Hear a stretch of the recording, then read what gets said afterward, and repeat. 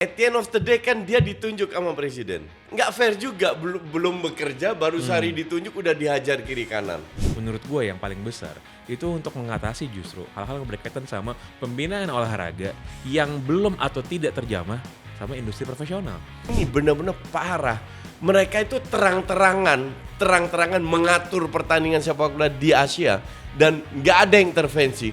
Dan kita selalu berharap bahwa mereka itu akan jadi juru selamat buat kita.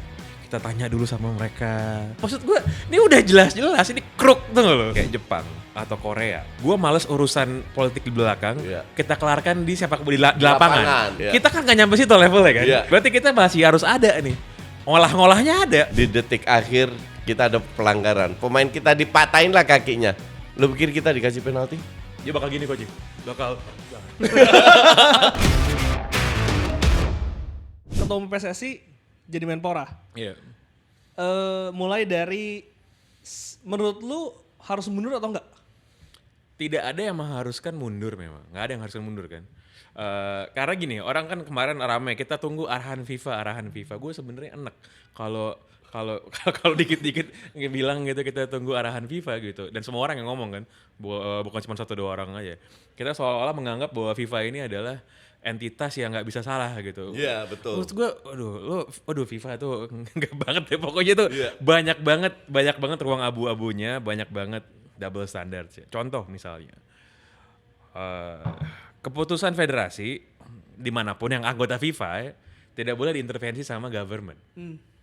Di saat yang bersamaan, dia tidak melarang kalau ada government official atau minister jadi ketua federasi. Padahal government officials itu kan berarti part of the government juga. Di situ aja kan udah kelihatan organisasi nggak jelas sebenarnya. Malah dipuji gitu. Nah, selama tidak ada keputusan sepak bola yang diambil oleh pemerintah. Ini kan jadi logikanya jadi kebalik-balik. Jadi kalau mengharapkan FIFA sebagai arbiter gitu ya, sebagai wasit, ya nggak usah diharapkan gitu. Karena ini organisasi memang melakukan keputusan itu bisa sesuai sama arah angin aja, tergantung mereka mau ngapain gitu. Jadi kalau ditanya apakah harus mundur, tidak ada yang mengharuskan mundur. Jadi kalaupun nggak mundur, ketua umum PSSI sebagai Menpora juga, ya secara politis bisa dimengerti. Walaupun ada perdebatan berikutnya. Menpora kan nggak cuma ngurusin sepak bola doang, banyak olahraga yang lain. Gimana bisa memastikan bahwa setiap porsi olahraga ini dengan dengan presentasi masing-masing bisa mendapatkan perhatian yang sama? Dengan track record Pak Erik di KOI dan juga di sebelum-sebelumnya ini kan dia juga udah pernah megang berapa cabur itu kan? Itu masih harus dipertanyakan nggak? Enggak lah. Enggak kan gini, semua orang itu layak diberi kesempatan ya. At the end of the day kan dia ditunjuk sama presiden. Nggak fair juga, belum bekerja baru sehari ditunjuk udah dihajar kiri kanan, ya kan? Kasih dia kesempatan, semoga Pak Erik transparan dan so far di PSSI kan transparan. Kita dapat pengeluaran segini, income segini karena dapat APBN kan. Jadi harus mau kalau itu dilakukan seandainya ada cabang-cabang PB yang ya tinggal kritik aja, susah amat. Tapi at least kasih dia kesempatan dulu bekerja. Kasih dia kesempatan dulu. Kalau dibilang konflik bisa iya bisa enggak. Tapi apakah fair lu belum mulai kerja udah dihajar kiri kanan mungkin untuk hal yang lu enggak lakukan. Nah kalau seandainya ini terjadi lu tinggal kritik kok. Boleh kok bebas. Dan yang gue takutin asumsi nih PSSI dapat 200 miliar yang gue denger terus Panjat Tebing minta 200 ini minta 200 nah itu kan repot. Ya kan? Jadi semua kan ada porsi masing-masing. Tapi ini kan bukan hanya karena duit, kebijakan itu juga apa untuk olahraga lain. Karena yang gue harapkan olahraga lain juga diangkat gitu loh. Kan orang selalu bilang kita dianak tirikan. Ya jangan sampai anak tiri ini terjadi, at least kurangilah. Fokus juga ke olahraga lain. Lebih banyak untungnya atau ruginya ketika Pak Erik rangkap jabatan dengan Menpora dan juga PSSI? Enggak, gue nggak ngeliat untung ruginya sih. Gue bilang nggak begitu ngaruh. Kan dia punya staff, yang kerja staff. Selama staffnya bagus itu kan dia cuman making decision. Kan dia nggak harus tiap hari ke PB ini, pantau itu kan enggak. Tujuan seorang leader kan adalah bawa-bawanya ini bekerja secara efektif dan efisien. Manajerial. Jadi kenapa nggak bisa? Bisa-bisa aja kalau gue bilang. Bang Pange, apa sih masalah olahraga Indonesia sekarang? Masalahnya, gini, kita tuh harus melihat bahwa jabatan menteri apapun, termasuk Menpora, itu kan jabatan politis yang menghasilkan keputusan politik, gitu. Kalau kita lihat tadi lo nanya masalahnya apa, jadi kan memang apa sih masalah terbesar olahraga Indonesia? Dan kita ngomong olahraga tuh bukan cuma olahraga profesional loh. Bukan cuma kan kalau sepak bola tuh profesional, itu industri tersendiri. Tapi gimana dengan olahraga amatir, pembinaan? Mayoritas olahraga Olympics itu kan bukan olahraga profesional itu, ya kan? Gitu. Nah, ini kan yang sebenarnya membutuhkan kehadiran negara di situ, gitu. Dan tugasnya Menpora sebagai tugas Menteri Olahraga, menurut gue yang paling besar itu untuk mengatasi justru hal-hal yang berkaitan sama pembinaan olahraga yang belum atau tidak terjamah sama industri profesional. Karena kalau udah terjamah sama industri profesional, itu biar mekanisme bisnis aja yang berjalan. Iya, kayak misalnya sepak bola gitu. Itu tinggal berjalan dengan sendirinya aja sebenarnya. Tinggal dikawal bikin regulasinya gimana, roadmap-nya gimana gitu kan. Karena ekosistemnya udah mulai kebentuk. Betul. Karena kenapa? Yang dibutuhkan apa sih? Kayak pasti kan dana, pasti kan stakeholders yang bisa mendukung. Dan olahraga profesional itu udah ada sebenarnya. Udah ada, semuanya itu udah in place. Tapi gimana dengan olahraga lain gitu? Itu kan yang sebenarnya membutuhkan kehadiran. Dan kita kan selalu komen tiap kali ada SEA Games atau Olympics gitu. Kalau kemarin kita Olympics lumayan bagus, kita 2 medali emas kemarin kan. Panjat tebing sama apa kemarin kita? Lifter ya? Sama angkat besi gitu. Panjat tebing sama angkat besi, ini kan levelnya kan bukan industri masif. Iya kan, bukan industri masif. Ada nggak orang mau berbondong-bondong beli tiket nonton panjat besi kan nggak, nonton panjat tebing atau angkat besi kan nggak ada. Justru di situlah butuh tuh kehadiran negara lewat Menpora. Di situ masalahnya sebenarnya. Secara gue nggak tahu ini, koreksi kalau gue salah. Kemenpora itu salah satu dengan budget terendah. Nggak begitu banyak lah. Tapi cabornya itu banyak banget. Harus difokuskan nggak? Maksudnya ya udah yang berprestasi aja gitu. Kalau lu cuma ngabisin duit negara ya semua orang bisa.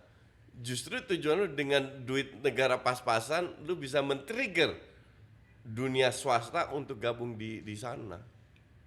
Tapi itu sah dilakukan ya? Maksudnya menggandeng swasta? Iya, sah. Apa salahnya menggandeng swasta? Gue pakai contoh yang udah ada di negara lain yang gue paling, Inggris misalnya, gue paling familiar sama itu soalnya. Jadi ketika si UK Olympics ini, ketika mau Olimpiade, dia tuh akan menentukan cabang mana yang potensial mendatangkan medali, dan harus mendatangkan medali, dia akan alokasi tuh dana dan budget ke sana.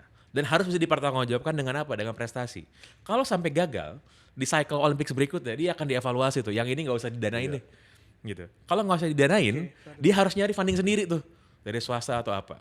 Nah, kalau di negara-negara lain yang sistemnya ada mengenal lotre gitu. Itu kan dana-dana CSR dari masyarakat sebenarnya kan. Dari masyarakat dihimpun, itu kan dialokasikan untuk olahraga sebenarnya. Tinggal nanti government-nya atau community organizer yang menentukan yang mana nih yang potensial mendatangkan prestasi. Itu yang kita arahin. Memang dengan logika ini sepak bola jadinya nggak dapat alokasi. Nah itu yang mau tanya. Iya. Cuman apakah sepak bola butuh bantuan dari negara? Kan enggak. Sama sekali enggak. Kan dia udah punya industrial backbone di situ. Nggak perlu sebenarnya. Tapi kok koneksi dan juga jaringan, arti kan salah satu yang dipuji lah beberapa pengamat. Itu akan bermanfaat untuk cabur-cabur lain nggak? Ya kalau itu mau dilakukan sih. Tapi akan sebanyak apa? Sekarang kan kita cuma bisa berandai-andai. Kita bisa berandai yang untuk gue nggak ada tujuannya seperti apa. Yang jelas kita semua sepakat bahwa Erick Thohir punya networknya kuat, oke? Bahwa dia sekarang pegang semua cabur, bahwa dia pernah memegang cabur lain selain sepak bola. Udah let him do his job, gitu aja. Kalau menurut gue nggak ada gunanya kita berandai-andai. Karena dia tahu budgetnya seperti yang lu bilang tadi, budgetnya kecil, ya udah manfaatkan swasta. Kan dilakukan di PSSI juga. Lu pikir dengan 200 M dari pemerintah cukup? Ya pasti enggak. Nah, ini sebenarnya ada satu ilustrasi yang bisa kita pakai. Harusnya tuh government lewat Kemenpora tuh ngapain kalau soal olahraga. Beberapa tahun lalu kita punya atlet lari, masih aja aktif sekarang, namanya Lalu Zori kalau lo tahu. Lalu Zori. Juara Olimpik. Dia juara dunia junior. Juara junior. 100 meter. Olimpiade Paris masih main dia. Zori. Tapi yang mau gue bilang gini, lo udah juara World Championship Athletics Junior. Berarti level lo tuh dunia. lo punya peluang sebenarnya lo tuh sekelas sama sprinter top gitu. Tapi levelnya junior. Waktu itu itu tahun 2018 kalau nggak salah. Gue ngomong sama orang-orang di Twitter segala macem. Ini orang harus disekolahin ke Amerika untuk bisa memenuhi potensinya. Gitu, dia harus Arizona State atau di mana lah gitu kan. Dia compete sama world class sprinter biar dia bisa jadi world class sprinter beneran di level senior. Tidak dilakukan. Jadi ya sekarang buat ukuran Indonesia jago, ukuran ASEAN jago, tapi segitu doang. Dia kan nggak memenuhi potensinya di situ. Sayang banget. Sayang banget. Nah, di sini kan harusnya negara hadir harusnya memberikan support. Sekarang contoh lain ya. Janice Chen, tenis. Ya. Janice Chen kemarin luar biasa US Open, Sao Paulo masuk final gitu. Dan dia self funding gitu kan, self funding. Memang tenis olahraga profesional, semua juga orang kaya lah dalam tanda kutip, walaupun itu relatif. Karena kalau lihat kehidupan petenis coach, apalagi yang nggak top ya, itu kasihan coach. Kasihan, lo kalau lihat yang top 100 oke lah, tapi yang di bawah itu kasihan hidupnya sebenarnya. Nah, poin gue adalah ini kan menunjukkan bakat-bakat olahraga Indonesia itu sebenarnya nggak kurang, gitu. Gimana government tuh bisa intervention, bisa hadir? Gimana Kemenpora bisa hadir? Itu yang harusnya penting untuk dilakukan. Kalau tadi nanya, yang mana nih yang mau kita fokusin kan banyak banget, betul. Nggak mungkin semuanya. Tapi yang mana yang paling punya potensi kan itu tugasan negara kan itu. Dan sebenarnya. Itu based on prestasi berarti ya? Iya, potensi. Based on potensi. Kalau soal potensi ya, ini gue dulu waktu pegang timnas futsal itu dari bantuan dari Menpora. Itu kalau yang emas dapat berapa puluh atau ratus, yang silver dapat di bawahnya, perak terus di bawah lagi. Gue bilang sama salah satu koordinator, bagaimana yang cabang olahraga nomor 2, 3, 4 bisa maju kalau duitnya lebih banyak ke nomor 1. Justru harus diperhatikan yang 3, 4 yang belum dapat emas. Sementara kalau di sini potensi emas, lihat CV-nya tahun lalu sebelum SEA Games emas, oke dia berangkat. Ya nggak bisa kayak gitu dong. Itu kebijakan yang untuk gue itu aneh. Negara justru harus memberi extra fund kepada cabang-cabang yang belum dapat emas. Biar di-boost. Dan itu nggak dilakukan. Gue ngasih satu contoh yang lain yang berbeda ya. Kemarin siapa yang dapat emas kita angkat besi? Ya gue nggak tahu namanya. Itu gue lupa namanya. Gue sebagai orang yang banyak bergerak di bidang marketing, bisnis dan branding segala macem, gue lihat nih orang, posturnya, tampangnya gitu kan, prestasi ya, ini orang menjual banget bro. Kan good looking gitu, orangnya keren gitu kan, menjual banget. Cabang olahraganya tidak menjual, angkat besi kan, bukan olahraga spektakel yang tiap hari ada gitu. Pertanyaannya, ini potensi ada, commercial value-nya ada gitu. Disuruh jadi model juga bisa nih orang menurut gue gitu kan, tapi olahraganya enggak. Tugasnya government tuh apa sih harusnya? Iya ngangkat-angkat besi jadi sesuatu sebenarnya. Tugasnya Kemenpora atau tugasnya PB? Iya, itu kan koordinasi pasti.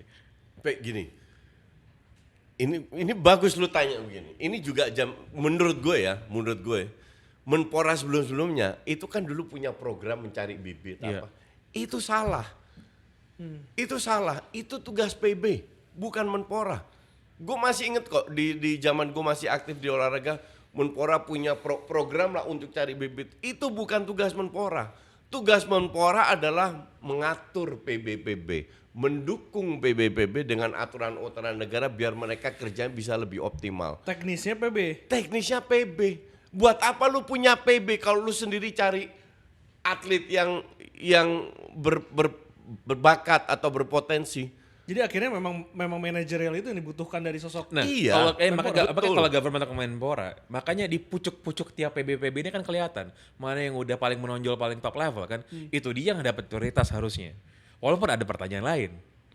Emang yang jadi ketua PB di Indonesia background-nya apa semuanya? Politisi.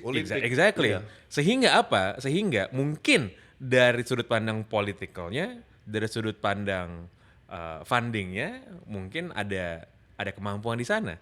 Tapi masalah untuk technical know-how-nya, technical expertise-nya, itu kan tergantung lagi mau dilakukan apa enggak. Gitu, mau dilakukan apa enggak. Jadi kalau lu tanya itu tugasnya PB atau tugasnya Kemenpora, yang memang pada akhirnya jadi stakeholders paling tinggi kan Kemenpora. Dia yang lihat nih mana PB-PB yang potensial, di pucuk-pucuk tiap ini tuh atletnya siapa aja yang kira-kira paling punya ruang paling tinggi untuk bisa bermain, untuk bisa berprestasi, itu yang harusnya distimulus kan. Iya, gitu. betul. Dengan shifting ke Kemenpora, PSSI sendiri nggak akan keganggu ya? Ya enggak lah. Nggak akan. Terganggu kenapa? Nggak akan terdampak apa ya? Apa yang harus diganggu? Dia punya staff semua udah oke kok. Teknis, non teknis semua berjalan kok. Oke, Coach, gue tahu lu mau cabut tapi ini pertanyaan terakhir. Kemarin Pak Erik sebelum jadi Menpora sempat konvers dan spesifik mengatakan salah satu yang highlight adalah wasit, Coach, menjelang kualifikasi Piala Dunia dari Kuwait. Itu yang juga gue tahu dari konten lu sempat nyorotin itu. Parah banget. Ini memang sudah terbaca kan artinya? Iya. Kan gue udah sering bilang dan lu tahu itu bahwa AFC ini benar-benar parah. Mereka itu terang-terangan mengatur pertandingan sepak bola di Asia dan nggak ada intervensi. FIFA harusnya punya wewenang dong untuk mengintervensi atau menginvestigasi atau mempertanyakan kenapa di regio lu, kenapa lu tuan rumah, nggak dilakukan. Kenapa? Karena sponsornya FIFA World Cup itu Aramco. Duit Arab. Makanya gue kayaknya udah bosen dan males lah. Tapi ini kembali lagi sebuah bukti bahwa lu dikerjain. Bahkan orang Jepang pun, Pak Pangi yang pernah cerita kalau nggak salah ya, yang Champions League. Iya, Champions League-nya main di Arab, klub-klub Jepang ujungnya kalah karena itu Arab semua yang ngatur. Klubnya main di Arab, tuan rumahnya Arab, yang main Arab. Iya kan? Jadi ya, ini lagi, jadi ini kan adalah bentuk dari keputusan kebijakan yang diambil sama organisasi-organisasi, federasi atau kumpulan federasi, ya FIFA, itu AFC yang menaungi sepak bola kita. Dan kita selalu berharap bahwa mereka itu akan jadi juru selamat buat kita. Kita tanya dulu sama mereka, kita lihat kalau menurut mereka boleh, menurut FIFA. Maksud gue, ini udah jelas-jelas ini crook tuh loh. Mafia semua, iya, ini crook. Lu gini ya, ibarat lu itu melakukan tindakan kriminal menurut gue dalam olahraga. Ini tindakan kriminal, tapi secara terang-terangan. And they don't care, karena mereka nggak ada yang bisa nge-touch. Means we can do nothing? You can do nothing. Karena atas AFC sama FIFA itu udah dibayar habis. Jadi kalau negara-negara Asia Timur kayak Jepang atau Korea, mereka kan emang sepak bolanya levelnya lebih superior. Yeah. Jadi buat mereka, gue males urusan politik di belakang, kita kelarkan di sepak bola di lapangan. Dan mereka punya kemampuan untuk itu. Kita kan gak nyampe situ levelnya kan? Iya kan? Berarti kita masih harus ada nih. Ngolah-ngolahnya harus ada. Dan gitu. Negara Korea Jepang itu kan mengakui bahwa emang di Asia ini dikuasai sama Timur Tengah. Bener. Makanya mereka selalu bilang, kalau lo emang jago, kenapa sih tiap kali putaran final Piala Dunia tim lo katro semua Asia Barat kan? Iya kan? Kan selalu gitu makanya. Nah makanya kita kan belum bisa, hasil kemampuan kita di lapangan belum cukup nih. Faktor-faktor non teknis yang memang semua margin ini lah kayak yang sebenarnya berperan penting kan. Tuan rumahnya mainnya di mana, wasitnya di mana, wasitnya siapa, format kompetisinya gimana. Ini kan semua hasil politik ini. Nah, gini deh, lu pikir kalau wasit Kuwait ini di skor 1-1 contoh, di detik akhir kita ada pelanggaran, pemain kita dipatahin lah kakinya, lu pikir kita dikasih penalti? Dia bakal gini Coach, bakal play on kan. Walaupun dicek VAR nggak dilakukan, nggak akan dilakukan. Bahkan gue bicara sama salah satu orang luar negeri, orang bule, dia bilang wasit nanti di Arab itu kalau nggak Arab yang menang nggak bakal hidup keluar dari Arab itu wasitnya. Apalagi sesama Timur Tengah pasti saling ngebantu lah. Coach, artinya kalau di luar lapangan kita nggak bisa ngapain, tapi di dalam lapangan, Coach. Iya. Satu-satunya cara di situ kita harus cetak banyak gol. Jadi gini, kalau itu apakah bisa? Bisa. Akan bermain seterbuka melawan Australia atau balik lagi ke defense counter? Australia nggak bisa jadi parameter karena baru 2 hari kumpul, ya kan? Mungkin bermain kayak lawan Lebanon lah. Lebanon tuh cukup terbuka loh. Tapi kan Lebanon yang secara FIFA ranking itu setara dengan kita, Coach. Tapi kan lawannya Irak, lawannya Arab yang 30 besar mungkin. Nah, kita nggak pernah kalah lawan Arab juga kan? 2 match terakhir.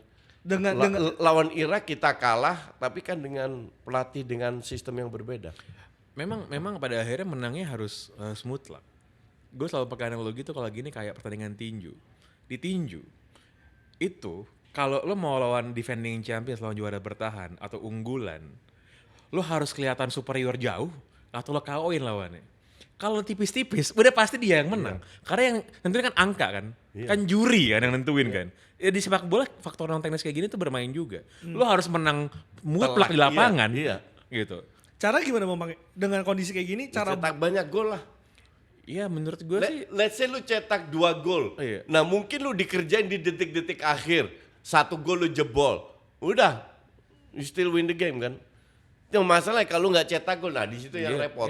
Bang Pange tadi gue penasaran, ini juga pertanyaan netizen. 4 back atau 3 back? Dan juga bermain defend to counter atau akan terbuka? Iya kalau gue sih gue prefer nggak main terbuka ya. Karena gimana pun mentalitinya pasti akan berbeda. Dan tekanannya pasti akan berbeda juga. Tapi harus bisa ada plan, lo mau dapat golnya dari mana? Iya, gitu. Dapat golnya dari mana? Di antara yang lu sebut tadi.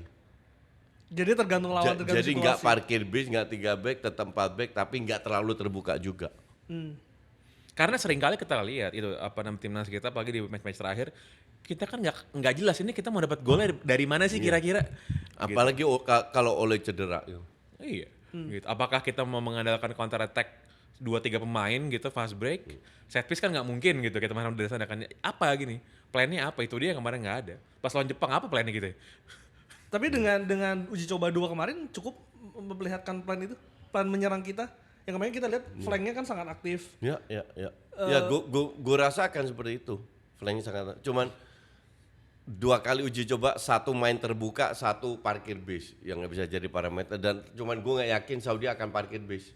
Nah ruang-ruang itu bisa kita manfaatkan. Jadi jawab pertanyaan lu nggak akan full terbuka kayak lawan Lebanon, tapi nggak bertahan juga kayak lawan Jepang. Gitu di antara itu. Oke, peluang coach? Ya, gue bilang ada peluang. Secara teknis ada peluang. Berapa persen coach? Nggak bisa dibilang percentage karena lu nggak tahu wasitnya ini securang apa. Bang Pange setuju? Nggak bisa dipresentasikan? Nggak bisa. Kita bisa ngelihat nanti 10-15 menit pertama lah. Kita bisa ngelihat tuh. Kita bisa lihat dari apa? Itu 50-50 challenge. Wasitnya ngasih ke siapa? Kan kelihatan. Itu salah satu indikator utama tuh sebenarnya. Dan biasanya nanti itu selalu pattern berulang lah. Orang kalau nonton bola bertahun-tahun pasti udah lihat. 50-50 challenge mungkin 40% pertama tuh bakal dikasih ke siapa. Nanti di tengah jalan dia mikir kan, biar nggak terlalu berat sebelah dikasih lah dikit gitu kan. Ntar balik kayak gitu, selalu kayak gitu. Itu adalah indikator pertama kira-kira wasitnya ini berada dalam kondisi objektif atau enggak. Orang bilang, iya tapi kan semuanya lu jangan suzon, jangan berprasangka buruk. Enggak, itu tuh selalu ada. Ya, bahkan Bahrain kemarin udah di berbagai macam level sepak bola tuh ada. Tinggal masalah orangnya sadar atau enggak melakukannya gitu aja kan. Nah itu kan kita harus ready. Kalau ada orang bilang gitu jangan ngomongin wasitnya kemarin. Jangan ngomongin wasitnya, jangan ngomongin tuan rumahnya. Jangan terlampau pesimis. Tapi nggak bisa diiniin juga. Itu orang nggak pernah main bola itu ngomong begitu. Nah walaupun ketika kita ada protes, ini wasitnya dari Kuwait gitu. Kalau kita kan orang di luar orang di luar kekuasaan kan, kita bukan bagian dari federasi, bukan dari apa ya, kita cuma bisa ngumpat-ngumpat doang. Iya. Nah, yang punya authority dong harusnya. Kan orang Indonesia enggak dia PSSI protes kok. Protes dia. Udah protes. Tapi kan itu dia surat itu kan sebetulnya nggak pernah digubris. Ya, yang waktu dulu Ahmed Alkaf itu kan setelahnya udah dia protes udah nggak yang tadi lu bilang. Emang nggak akan digubris juga. Jadi makanya gue bilang dulu beberapa bulan lalu ya pas kita undian ini gue bilang orang Indonesia itu kan paling jago ngolah-ngolah ya. Yang ngolah-ngolah jago kan ngolah-ngolah kan. Cobalah AFC itu diolah-olah makanya Somalia dia kan itu harusnya kan. Tapi kan kalau nggak ada orang di dalam gimana kita ngolah juga. Ya itu dia masalahnya. Jadi kalau ngolah-ngolah jangan cuma di kandang sendiri, di kandang orang juga kita olah-olah harusnya kan. Itu level kita selanjutnya ya. Iya. Itu cuman ya berharap yang dengan cara yang sama hasil yang berbeda. Intinya sih kalau gue bilang ya mungkin di 15 menit terakhir, 20 menit terakhir lu harus ambil risiko lebih banyak, bukan dari awal. Untuk bisa cetak. Kita lawan Saudi dulu ya, baru lawan Irak ya. Oke. Lu ada acara kan ya? Ya. Berdua. Kapan sih? Enggak.